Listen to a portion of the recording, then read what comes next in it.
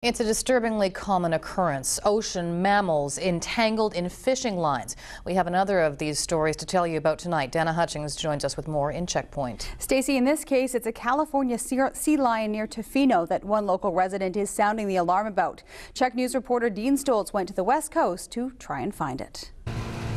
Well-known Tofino wildlife photographer Wayne Barnes knows the waters around his home very well, but he also knows a lot of the animals here. And that's why when on a regular boat trip Monday to Cannery Bay, about 8 kilometers east of Tofino, he saw something alarming. I saw the pink, and you don't see pink with sea lions. You only see the pink in their mouth when they're barking. These are photos he took of the California sea lion as it was sunning itself on the rocks with several other sea lions. It was obviously injured, with a deep tear into its flesh across the front of its neck. I was surprised. I wasn't shocked. It's sort of like a collateral damage, if you will, of our being on the planet. He took me back to the same spot, and while there were dozens of the animals on the same rocks, we couldn't find the injured one. It was either in the water nearby or simply gone, but most likely still alive. He says it appeared to be in good shape. It was fat and healthy looking, other than what he figures is the fishing line around its neck. I zoomed in on it, and it's a braided metal line, and I could see a hook. So I'm assuming that this is a commercial fisherman who had a salmon on, and it came up from underneath, hit the salmon, and became entwined. DFO marine mammal response biologist Lisa Spavin agrees that's probably what happened. It's frustrating that this is an issue that we can't seem to get a handle on. There's a lot of marine debris out there, there's a lot of gear, and these are very curious animals, and if there's something for them to get into, they will. She says disentangling a sea lion is harder than a whale like this one off Tofino last year, because at least a whale's direction and breathing are predictable. Also, this sea lion rescued last year with a flasher in its mouth was easy because the animal was so weak and exhausted it was easy to catch.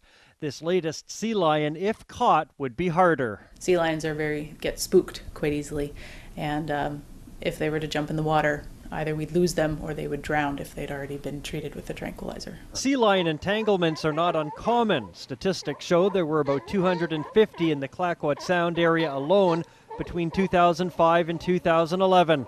If you ever see one, you're encouraged to report it by phoning 1-800-465-4336.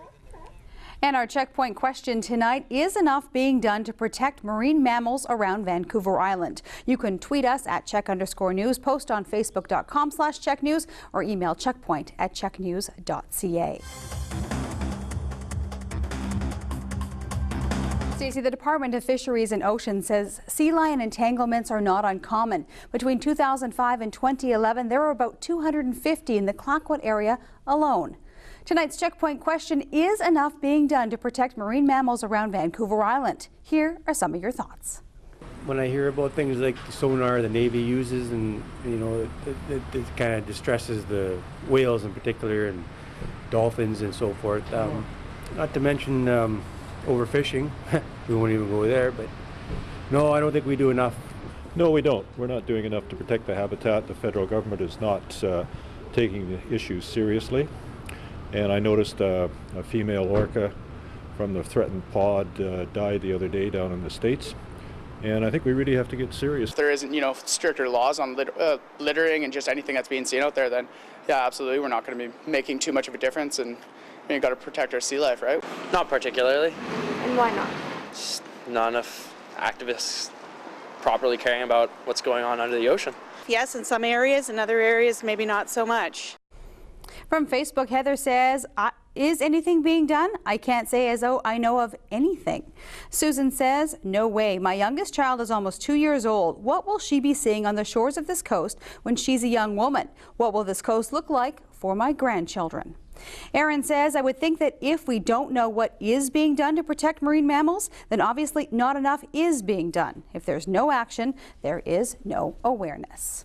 And Daryl Gittins made a good point on Facebook. He asked the question, is enough being done to protect marine mammals anywhere on the planet? Something to think about. And that's tonight's Checkpoint.